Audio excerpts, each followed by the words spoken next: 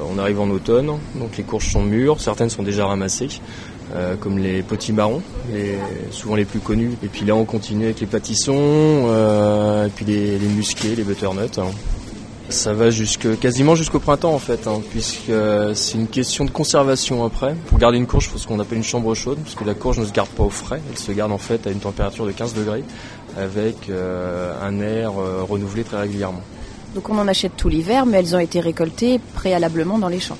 Oui, c'est ce qu'on appelle un légume de stockage, comme beaucoup de légumes l'hiver. On les récolte souvent de fin août à fin octobre.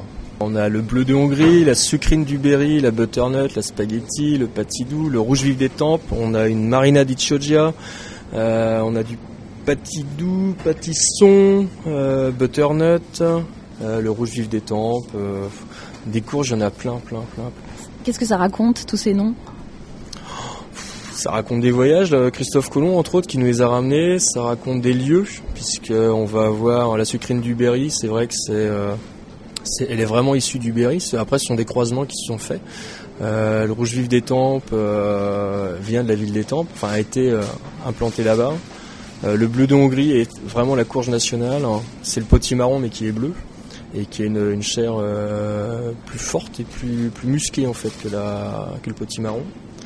En quoi est-ce qu'elle vous amuse ? En quoi est-ce qu'elle vous intéresse ? Elles sont intéressantes parce que c'est sûrement le légume qu'on peut faire le plus de façon possible. On peut le faire sucré, salé, en entrée, en plat de résistance, en dessert, en confiture. En soupe, on va les faire, les sucrines, les butternuts, on va les faire avec des soupes au lait ou montées à la crème, avec un peu de sauge et un petit peu de muscade si on aime. Les potimarrons, on va les faire en purée pour les enfants. La butternut, on va la faire en frites, par exemple. Vous la taillez, vous mettez un petit peu d'huile d'olive et vous mettez du paprika, vous en mettez au four, c'est très très bon. Moi, je fais des confitures avec le potimarron, par exemple.